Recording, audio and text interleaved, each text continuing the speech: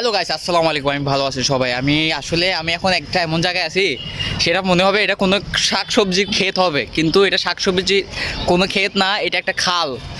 খালের যে অবস্থা, এই খালের অবস্থা দায়ী কে আমি বলি? কোনো সরকার না, কোনো মন্ত্রী মিনিস্টার না। এই সরকার এইভাবে খালটা এইভাবে হওয়ার মূল কারণ হয়েছে, এটা কে জানেন? খালটা এভাবে এইভাবে হওয়ার মূল কারণটা হয়েছে আমাদের জনগণের। আমরা জনগণ যদি সুন্দরভাবে যদি এখানে ময়লা টয়লা যদি না ফেলাইতাম, আমরা যদি পরিষ্কার পরিচ্ছন্ন রাখতাম, এটা সম্পূর্ণ আমাদের দায়িত্ব ভাই। এটা সরকার, আমরা সবসময় কী করি জানেন? সরকারকে দায়ী করি যে সরকার কেন কাজ করে না, সরকার এমন কেন করে। এই আজকে যে খালের এই অবস্থা হয়েছে, কুচুরি বানা উঠে নিয়ে বসে গেছে এখানে। তো এটা এই যে আজকে যে এরকম হয়েছে, খালটার অবস্থা ময়লা শাকসবজি উঠে পড়ে গেছে, যেখানে সুন্দর পরিষ্কার পরিচ্ছন্নতা থাকা উচিত ছিল খালটাকে। এই সম্পূর্ণ এগুলোর দায়ভার কে নেবে? এগুলো তো আমাদের দায়িত্ব।